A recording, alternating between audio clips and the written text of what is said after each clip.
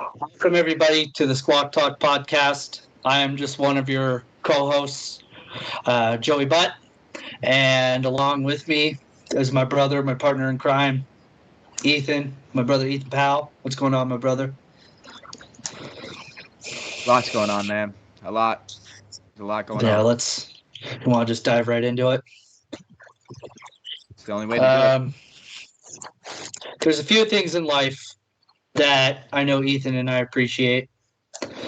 One is, at least for me, my wife, my family, and sports. And I guarantee Ethan is the same with me. But in life, there's only one constant, and that constant is change. Um, Remember how last podcast we said that sports is the greatest love story of all time? Absolutely. Um, with love stories comes heartbreak. And this has been one of the hardest days, weeks, seasons as a Seattle sports fan. Seahawks did not make the playoffs. It was a shot. It was a long shot, but you know what? It was a shot. We had a shot. Huskies made the national championship. Incredible. We couldn't pull it off. Coach Pete left. He's done. And as of today, I'm still in limbo. I'm still in awe about what has happened because it sounds like Kalen DeBoer, second-year coach of the University of Washington, is going to be leaving us for the University of Alabama. My heart hurts for us Seattle fans. It's pretty tough for me to say. My heart breaks. What do you gotta say, bro? Both situations came as a shock. I know for Coach Pete, just the beginning of this week, there was records of him saying, I want to continue to coach this team. I'm not tired. I'm not worn down. I just need to do better. And waking up in my hotel room, my phone covered in notifications to find out that there was an amicable release of Coach Pete Carroll. I was shocked. I didn't think it was real. I thought it was one of those fake spams, NFL memes type things. I watched Coach Pete's conference live, and just his speech alone, man, almost brought me to tears. Hearing him talk about his wife, hearing him talk about his kids, hearing him talk about his love for the team. But a few things stuck out to me. One, he still had 1 year left on his contract. Don't see how that could be an amicable release. And then once they got into the Q&A section of the press conference, you could tell that this wasn't a release, this was a firing. They fired Coach Pete. They don't know what they're doing, man. It's classic Seattle sports. We're in for a rough couple of years. I remember the years after Mike Holmgren left. Right. God, we went through how many coaches? I don't even remember. I can't even tell you their names right off the top of my head. I remember the only one I can remember is Jim Mora. Yeah. And that was not good. I'm scared for the future. Mm-hmm. It seems like 2024 is going to be a very turbulent year all around, filled with change. And I'm shocked, man. I'm shocked. I'm sad. I'm frustrated. I'm mad. Because I saw that all the players went out to dinner with Coach Pete, up to include Russell Wilson was a part of that crew. It it pains me to see all these players reaching out, like hearts filled with love for Coach Pete, just for him to get cut like that. It hurts. He was a selfless coach. He was a good coach. The way he coached our players was unlike any other coach in the NFL. He let them be them. Mm-hmm. And he strived to get what made them special out instead of trying to change them to the organization. Right. And it's going to be... I don't think you can hire another coach that's similar. You can't repeat it. You can't replace Coach Pete. No. Hall of Fame coach. Only 14 coach to have years, won. bro. He's one of 2 coaches in history to win a Super Bowl and a college national championship. Yep. And so I just think that was the wrong move. I feel like they should have given him another year. We ended on a winning season. I mean, granted, yes, it was deja vu of last year, relying on the Packers to lose and us to get a divisional win, but I don't know. It's pains me. It was tough to see that, man. I mean, 14 years. 14 years is one of the most incredible runs you could ever ask for as a head coach. Absolutely. You're not just a coach of a team. You're a pillar of the city. You are a legend of the state. And I agree with you. I think that it was a very dumb move to let him go. As you were saying, he let players be themselves. And as a coach, you were there to guide your players. And but as a coach, you rely on your players to be there for your players. And I remember when we were watching the preseason games together, I had never seen a team more happy for these rookies, for these guys that might not have even played this year. You know, I've never seen a group of guys so happy for each other, celebrating each other for preseason. Yep. I know he was the oldest coach in the league. That's a fact. Things change. The pace of the game changes. But that doesn't take away how great of a coach a person is. He kept pace, though. Like, he had more energy on the sideline than anybody. He had more energy than Bill Belichick. He had more energy than Sean McDermott, than the coach of the Rams, whatever the hell his name is. I don't even want to remember his name. Sean McVay. Yeah, Sean McVay. And you're right. We did end on a winning streak, or a winning record. And I would just want to take right now to say thank you, Coach Pete. We didn't deserve you as a head coach. No. Nope. And the fact that you brought us our first Super Bowl championship, our first Lombardi Trophy to the city of Seattle is a very beautiful thing. I wish that it could have ended on better circumstances. We don't know the logistics of what happened. I hope he stays in the organization somehow, maybe a mentor for the coach that comes in. That's what they're saying, but to me, I feel like that's just a fucking crapshoot. That's just a pat on the back saying, "Hey, we're going to keep you around because you've been around for so long, so we're going to find you something to do." Mm-hmm. His speech about his wife brought me to tears. It was beautiful because when he paused and he said, "This is worth crying for." Yeah. Oh man, dude. And it does kind of, that's stuff you don't realize as a head coach. You're spending so much of your year away from your family, especially being the farthest northwest team for football, farthest northwest team, and you have to travel so much.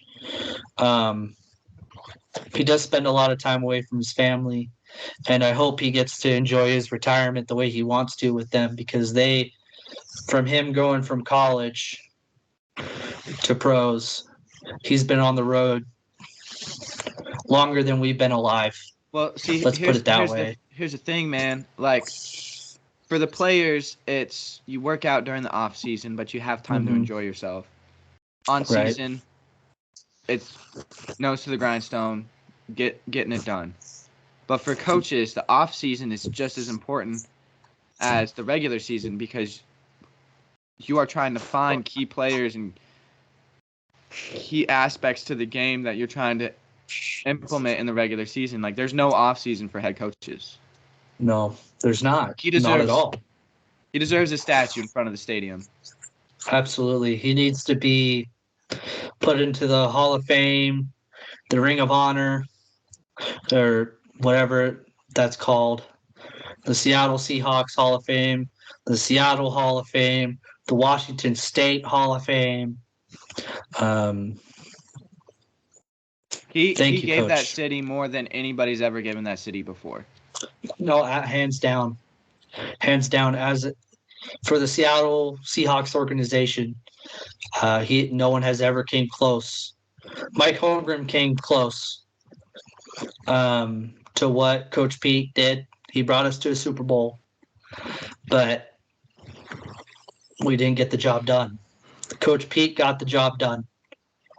So, thank you, Coach. Thank you. Yep. Now on to the other news. As I said in the opening, the Washington Huskies had possibly one of the greatest years in program history, spanning however long the university's been around, before the state was even a state, if we want to put things into perspective. The Huskies lost their head coach. We were talking about the transfer portal just on Monday. It was on Sunday, wasn't it? It was Sunday. And we were talking about how, people could go wherever. Well, the Huskies won the Sugar Bowl. They made the college football playoff. Undefeated season. Hell of a season. Greatest in program history, besides the 91 season when we won the national championship. We made it to the national championship. We fell short to the Michigan Wolverines and Coach Harbaugh. And there was a sense of hope. There was a sense of urgency after that game. That's like, we're going to work our asses off. We're going to play our hearts out on that field to make it back to there and get the job done that we didn't get done. And I had hope. I thought that, you see this pin right here. This pin right here is the greatest coach in Husky football history, hands down, possibly college football history. That's Coach Don James. That's the dog father.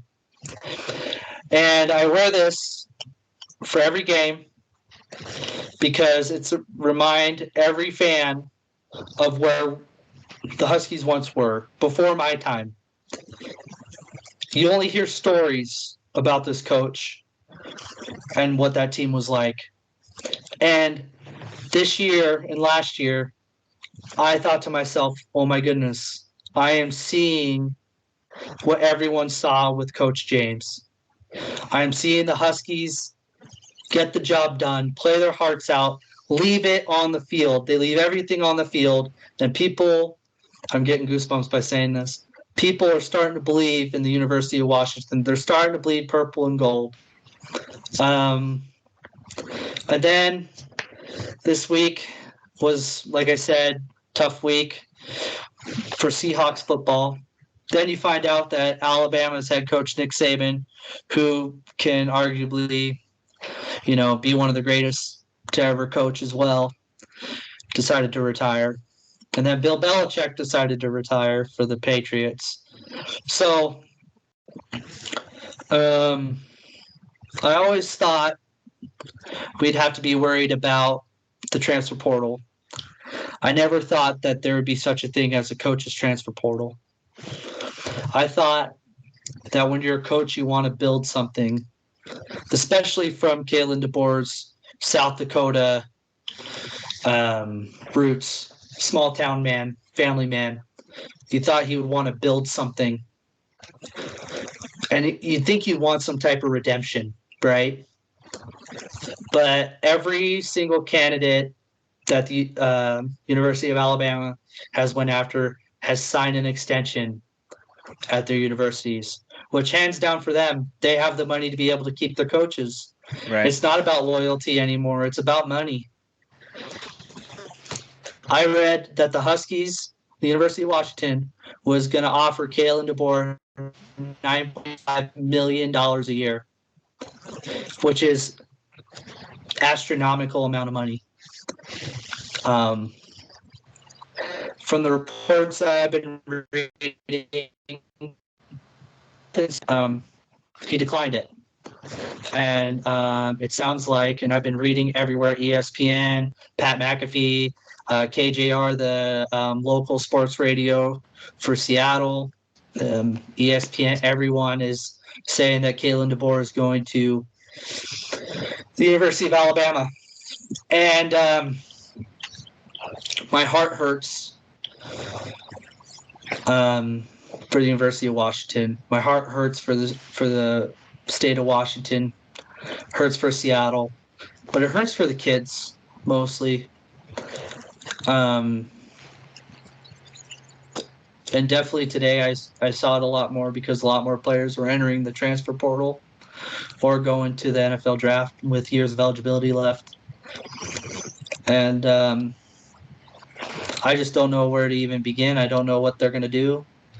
I thought that this coach, Coach DeBoer, was going to be the only thing you could have ever hoped for with a coach is that he could be a sliver of what your greatest coach in your franchise or program's history could ever be.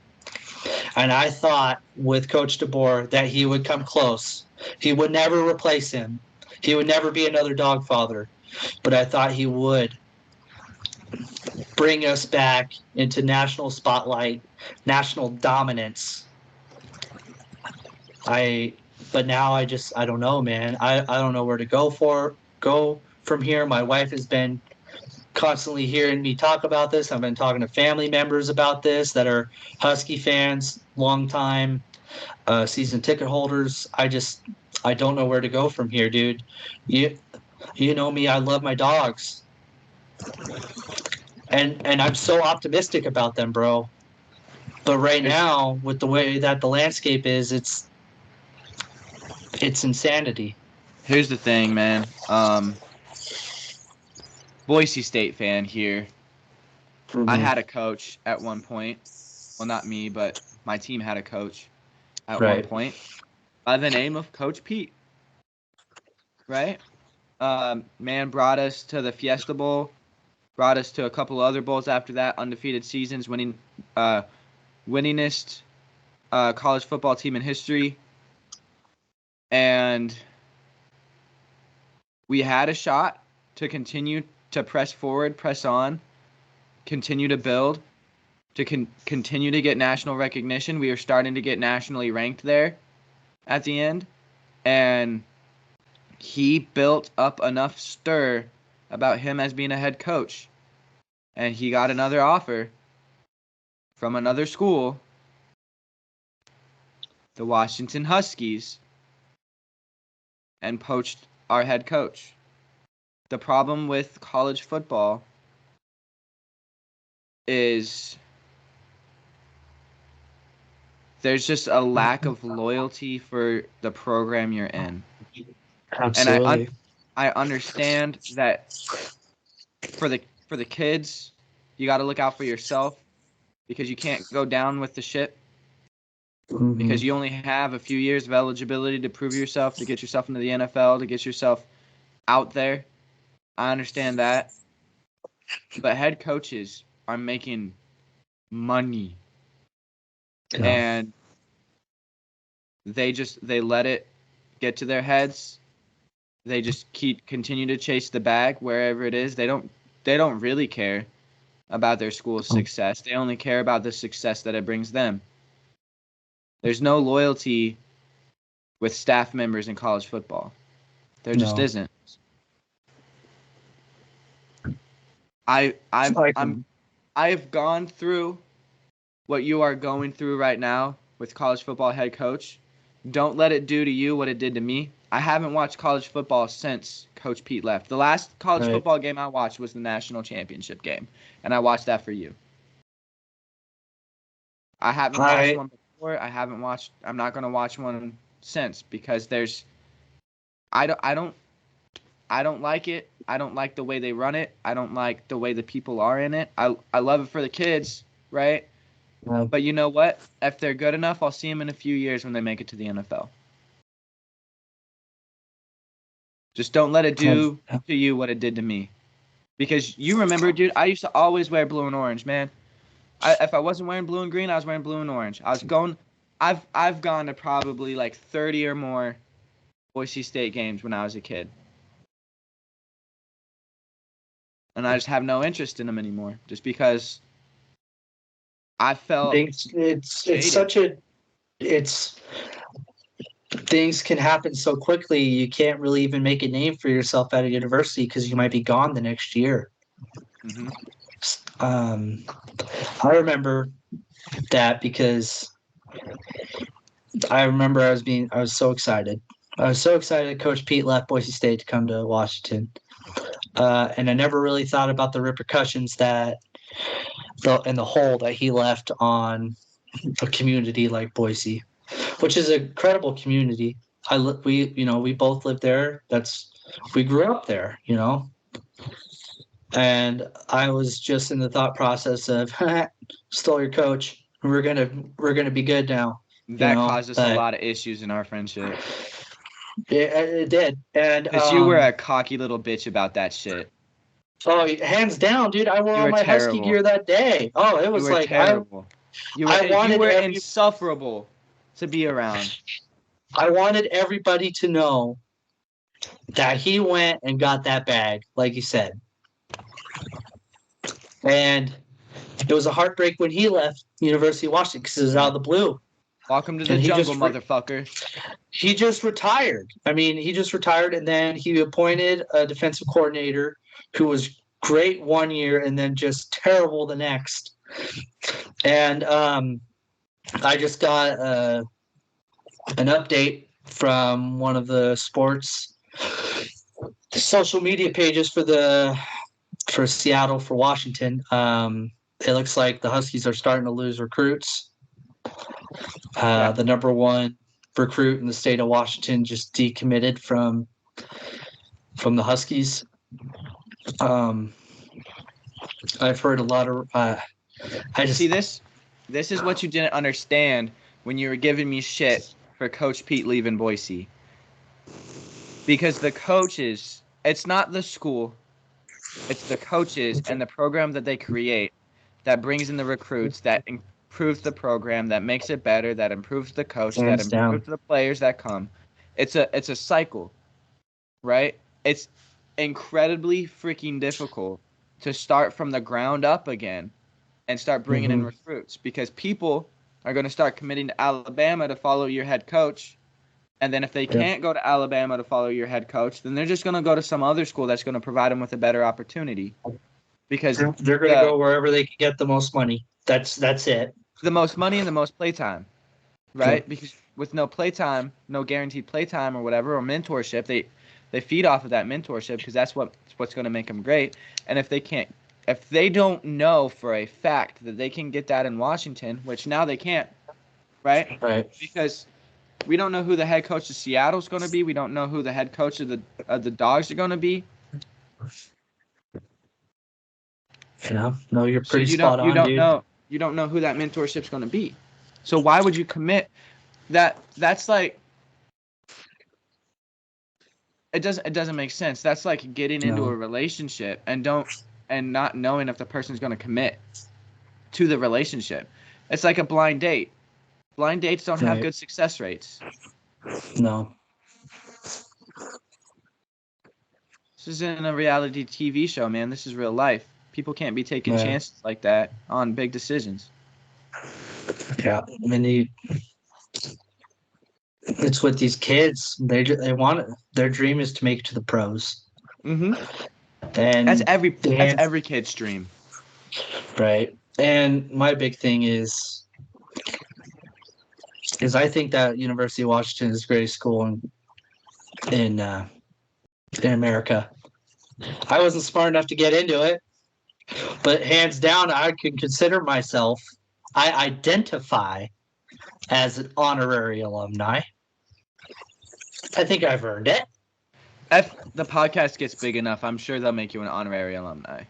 Let me go do the graduation speech. Will Ferrell did USC's, right? I There mean, you go. and then you could do the graduation speech for BSU. So it's like, but the thing is you could get into it because you're smarter than me. It's true. Yeah, but no, dude, you're right. It's not about the education, because if it was about the education, then there would be no transfer portal. There would be no NIL. It would be about the education.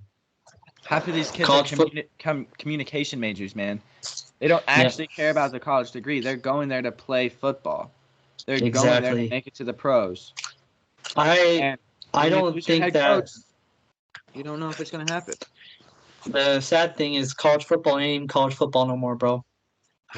It's its independent form of semi-pro football that just happens to be in a stadium with a college logo on it. Yeah, That's it. it's the Like minor I leagues. said, my heart hurts when you feel like you're rebuilding a program and you're finally bringing it back into national prominency, or whatever the word is. Is that the right word? Prominency? I'm not that much The smarter than you. national spotlight. Let's put it that way. You're finally bringing us back into the national spotlight. We're changing freaking conferences, dude. There's no more Pac-12. No, you're going We're into going a to the big conference. Yeah, we're going against some freaking heavy hitters. Penn State, Ohio State, the freaking defending national champions are going to be playing in Washington in October. So who are we going to go after? So here's the You're thing. going to go from an undefeated season to Don't we A just rough got it. We one. got to a rough one. Here's the thing. This is what I've been trying to get at this whole time. I'm going to put this in the center. I'm going to hold that, because, ladies and gentlemen, Squawk Talk, I, Joey Butt, never having a sliver of head coach experience in my life, and never, ever, ever, ever playing the sport of football, I am throwing my hat in to be the next head coach of your University of Washington Huskies. I know that here's the thing with me. I will never leave the University of Washington. I bleed purple and gold. You want someone that will stay forever, that wants to be buried underneath that field? Hire this guy right here. Pay me $1. I don't care. Pay me $1.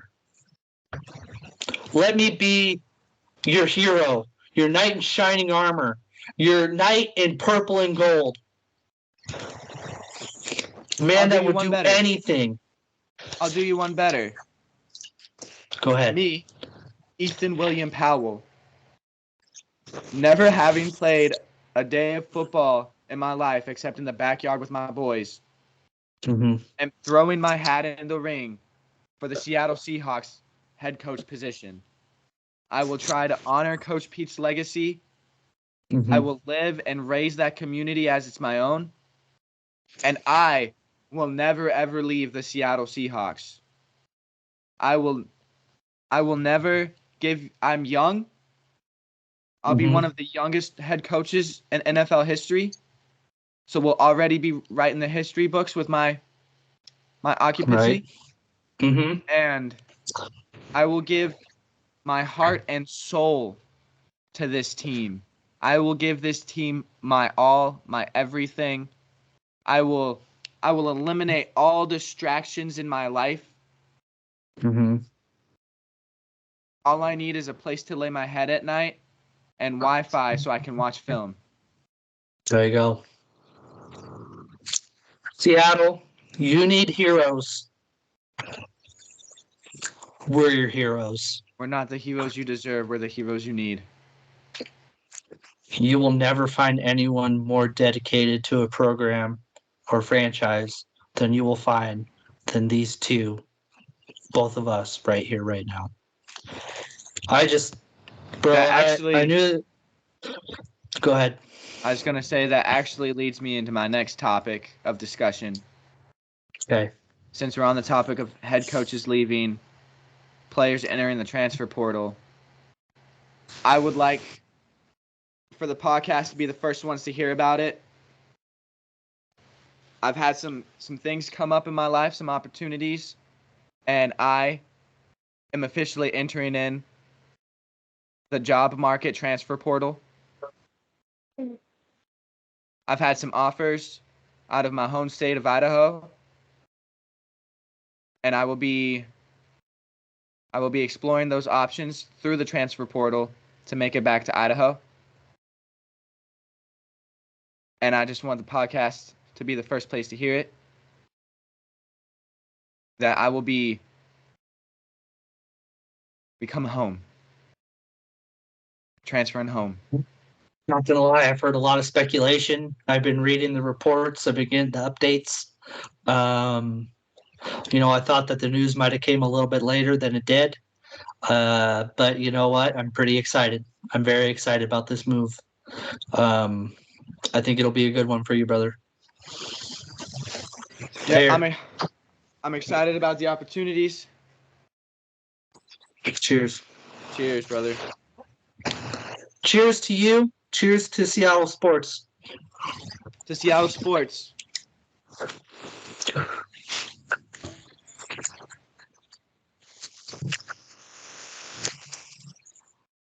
been a week, man. It has been a week. I knew that this was going to be a heavy subject podcast, and to our viewers and listeners that aren't sports fans, I just want you to know that this is our podcast. Honestly, we could talk about what we want to talk about. We stand on business here in this podcast.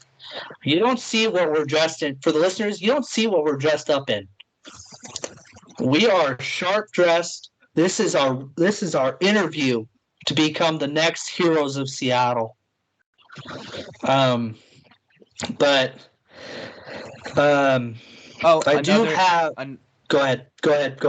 Another thing that I wanted to let Seattle know is that I have a ton of leadership experience. Exactly. I have led groups and teams the size of our Seattle sports teams, the size of the Seattle Seahawks. I know how to manage people.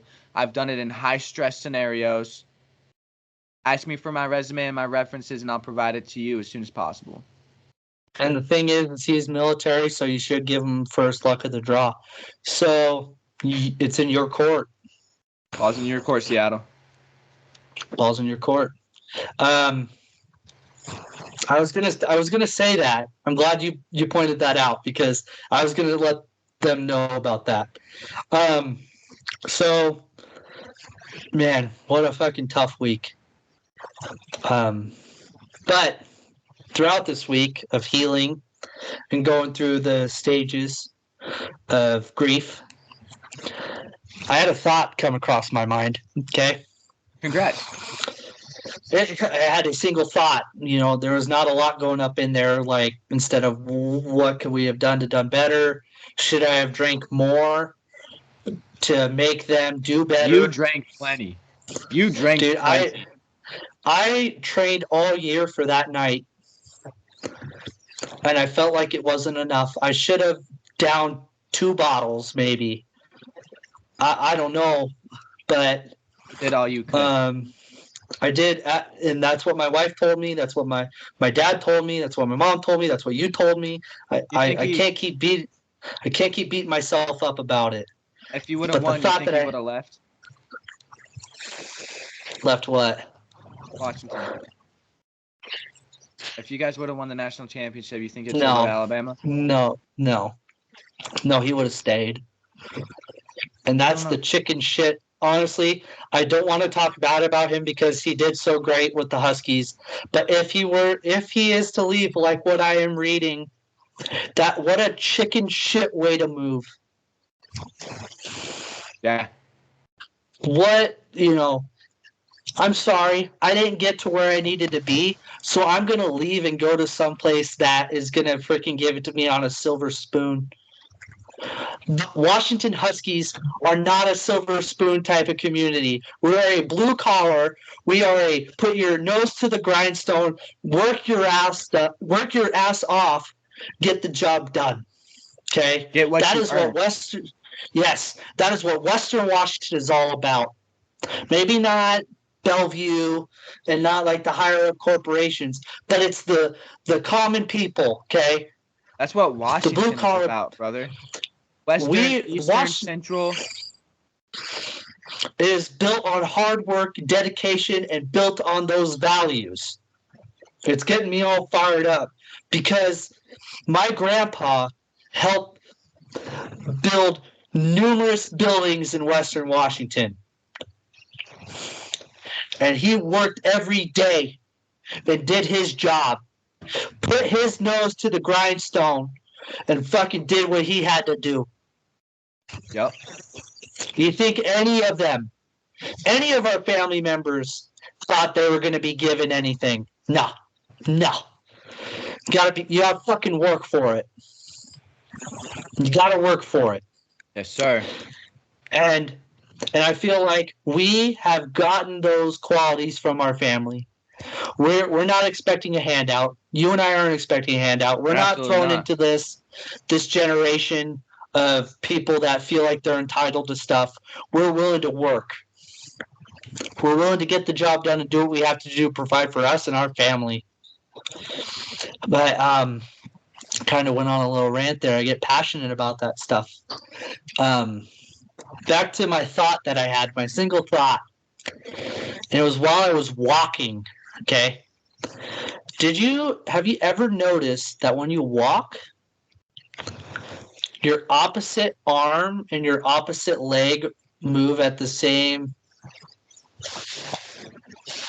Yeah, that's how you march in the military too. Yeah, do you ever think about that? I mean, I thought about it a lot when I was in BMT because Right. there's motherfuckers walking like this. Now they saw I was wearing sweats. And it's like, as a civilian aspect, I don't think it's something that a lot of people think about. Your left arm and your right leg, like you're going like that. I had a light bulb moment, like what's in my sunglasses right now. Like, holy shit! Have you ever tried walking the other way? It's a balance thing. That's what a lot of people have told me. But have you tried walking the other way? Yes. Okay, and It's funky. it is funky. It's a balance thing. Dude, I spent a whole day trying to walk that other way. And holy shit, it's weird. Yeah. And it kind of made me laugh because it's like, you're so used to doing something for so long that you never think of the other way. Like, bro, have you ever tried writing with your left hand?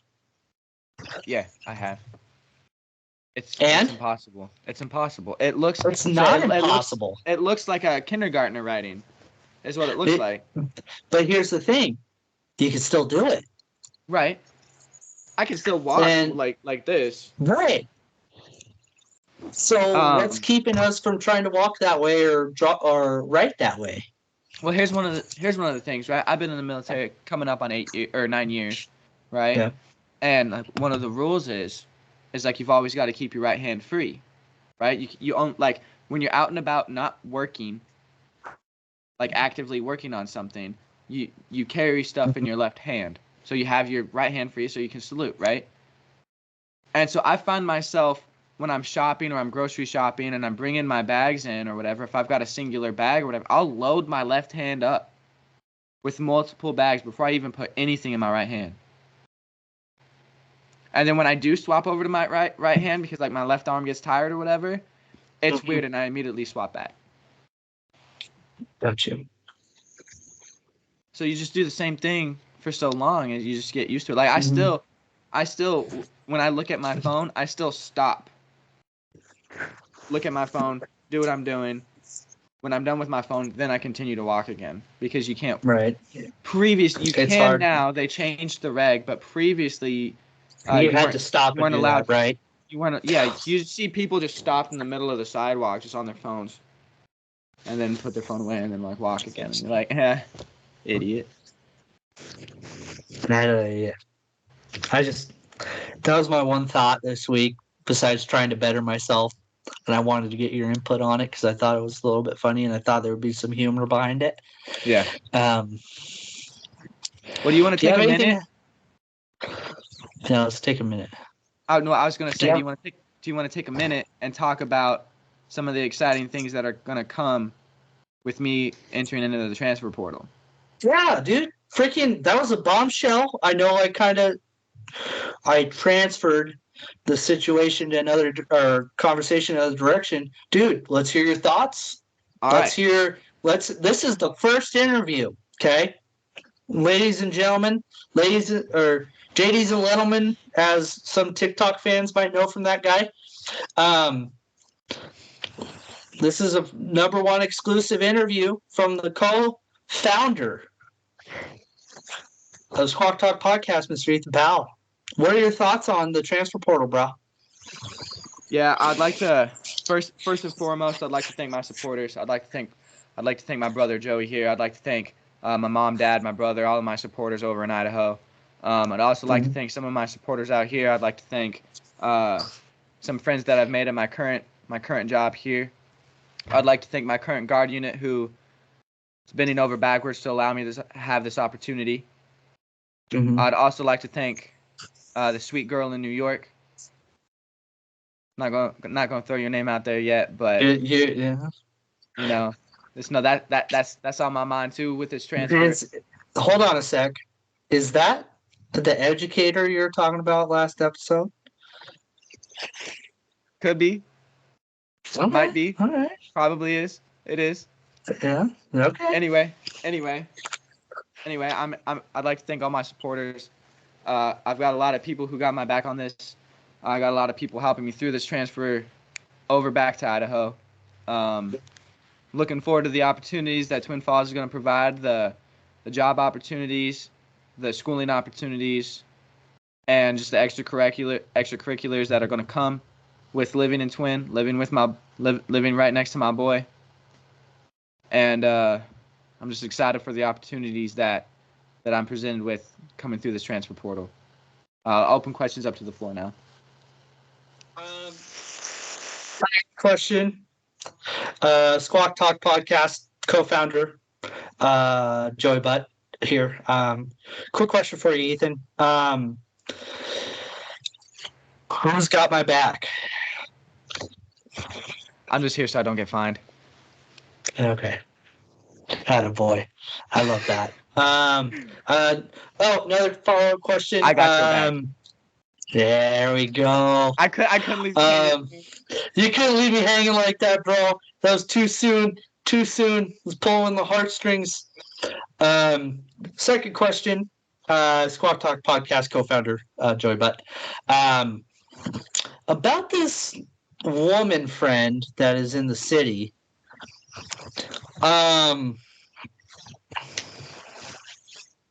Boy, why do you smile every time you talk about her? Shut up. Also, does she listen to the pod? I can neither confirm or deny whether or not the pod has been or will be listened to, considering that it is mainly a sports podcast. I understand that, and my wife definitely has sometimes an issue with listening to it as well. But I definitely told her that this one was going to be all sports. So I would like to think that I'm cute enough to watch the podcast, but all the way you're looking right now, I mean, ZZ Top had it right. You're a sharp dressed man, bro. Dude, I put the tie Right? on for this shit and It was everything. what a freaking fit you got going on, bro. Look, man, I love it. trying to look good, bro. Trying to You look gotta do good, what you feel gotta good, do do. good. You gotta please the folks out there, bro. That's what you gotta do. One more question from the peanut gallery out here. Can you explain your feeling in coming up with this decision to hit the transfer portal back to the Western United States? What feeling and how would you describe yourself right now? Well, I gave the East Coast multiple chances, multiple opportunities. West Coast always keeps calling back. West Coast keeps calling my name. West Coast, best coast. I always got to come back to the Pacific Northwest. My feelings overall, I'm pretty overwhelmed with some of the things that are going to have to come and be done to execute this transfer. But overall, I'd like to say that it's just pure excitement. It's I'm excited with the opportunities. I'm excited about the endless possibilities, the endless opportunities that the Pacific Northwest is going to provide for me. Overall, it's excitement, and I'm just overall looking forward to the opportunity the Pacific Northwest has to provide. Good answer. I love that. I love that for you. And you're coming back to a support system. Absolutely. That loves and cares for you. Me being me, you're my brother, and I'd do anything for you. Well, that's gonna be that's a huge thing for me, to be honest with you. Because every time I've come back from a deployment, I've had one or two people. My first deployment, I had one person that didn't understand it. Didn't get what I was going through. Didn't understand the transition period that I was going through. Wasn't exceptionally helpful in that kind of like, what's wrong with you, get over it kind of deal. My second deployment, I had a really good support system. That was Dunham, our previous guest appearance. Our very good friend of the pod. Yes, sir. Very good friend of the pod. Very good friend of the podcasters. Right. Oh yeah. I had him. Very good friend. He had deployed before, and he kind of understood some of the situations, not all the situations that I was going through, but a lot of the situations I was going through. But it's definitely going to be nice to be able to have like a support system to help get my mind, help me readjust when I come back. Back into back into society. You can't forget Noah, dude. Homeboy was there with you. Yeah, but we were stationed in separate places, man. Oh, were you? I thought you were together in Kuwait. No, so we were together in Kuwait. Sure, I had him when I was deployed. I'm talking about the coming back from a deployment. Yeah. No, I totally get it. With Dunham, and I right. I message Noah every now and then, but I mean, him and I both live busy lives. We're one of those that will catch up every couple months. Right. He was there with you with what you were dealing with at the time. Correct. Which also, he's a very good friend of the pod. Very good friend of the pod. Very good friend. And excited to see him next trip to Seattle. Hell yeah. Speaking of which, I think that is like one of the most exciting things I'm excited for this upcoming year, bro, is our trip to Seattle. And we're going to be adding 2 extra people. Yet to be announced, yet to be determined, depending on the logistical, analytical, gotta look at the analytics. Gotta look at the analytics. Everything has to fall into place. Yeah. The transfer portal has to come into play. About what's going to happen, and yeah, dog, dude. Yeah, dog. But this whole talk about all the sadness in Seattle sports. Let's just take a minute. Yes, please. I know where this is going. Can we just take a minute to talk about one of the most exciting things going on in the city of Seattle? Yes, sir. Yes, sir. Let's talk about the NHL franchise. Yes, sir. What is that here? What is that I hear? What's that? Release What's the that? Kraken, baby. Release the Seattle Kraken, baby. 8-game win streak. My boy. We're not done yet. We're not done. We tied a franchise record for most wins in a row. Yes, sir. And we were talking about this last night. Yep. How incredible is it? And I'm glad we kind of had this change of pace that we get to tell our future kids, our future family, that we were there when the Seattle Kraken became a franchise, when the Seattle Kraken has played some of their greatest hockey to date. I have my Winter Classic jersey, which is the only shutout in Winter Classic history. Oh, incredible. I have my inaugural hockey puck, inaugural season hockey puck that I got when I went to one of their inaugural season games. Love it. I love it. I mean, they are playing. It is something that is flying under the radar so much because of football, honestly. Yep. Yeah. Hockey does not get the proper recognition that it should in this country. It does not. Hockey is one of the purest forms of sports. It is one of the purest sports ever invented. And I'm sure that our hockey fans would appreciate us saying this. That honestly, I don't know why people don't like hockey. I think it's so fucking enjoyable. I love it so much. We got our local teams. We got the Seattle Thunderbirds, the Spokane Indians, where you used to live. What's the team that you go see quite a bit over there? The Binghamton Black Bears. There you go, the Binghamton Black Bears. You got the Idaho Steelheads. Okay, yes, sir. Hometown. Yes, sir. Freaking love that shit. Mm-hmm. And then nobody's got it better.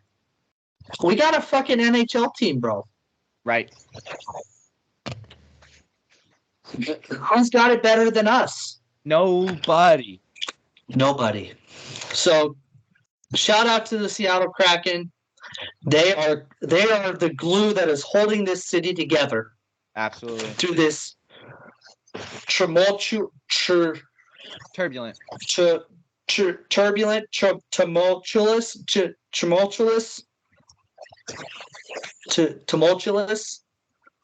Is that how you say it? No, it's not. I don't even know how to say it now. I don't even know how to say it. You got me turbulent, dude. Turbulent time. I'm talking. We're in such a turbulent time. Okay. Yeah. That we're the freaking window that blew off that Alaska Airlines flight plane. We're that turbulent right now. Yep. That window sucked our coaches right out of Seattle. And you know what? The Seattle Kraken were the pilots that landed that plane safely. Yes, sir. Yes, sir. And you know what? Shout out to those pilots that did what they had to do, because in a stressful time, pressure made diamonds, and they saved everybody on that flight. So shout out to those pilots. Yeah. Hey, as someone that grew up around that company his whole life and still today, shout out to those pilots, because they did what they had to do. I've had family members work for them my whole life, so shout out to them. But yeah, dude, the Kraken are the glue. Yeah. The Kraken are the glue.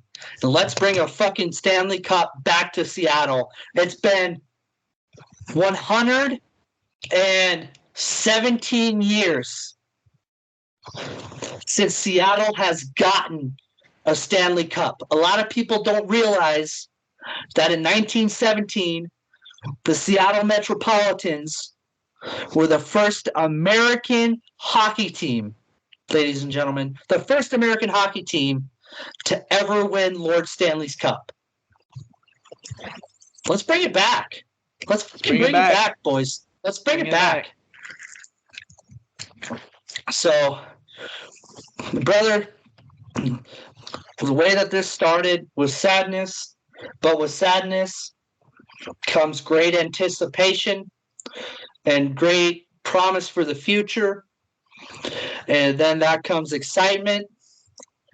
And I am beyond excited for what the Kraken bring. I'm excited for what the Seahawks are going to do next. I'm sad, but I'm excited. I'm sad for the. In the darkest times, that's when we need light the most. And that Seattle Absolutely. Kraken are our light. They are our light at the end of this dark, cold, damp tunnel.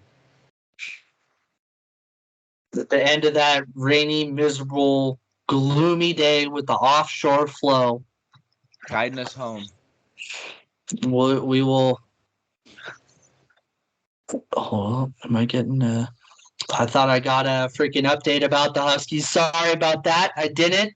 My sources weren't there. But, brother,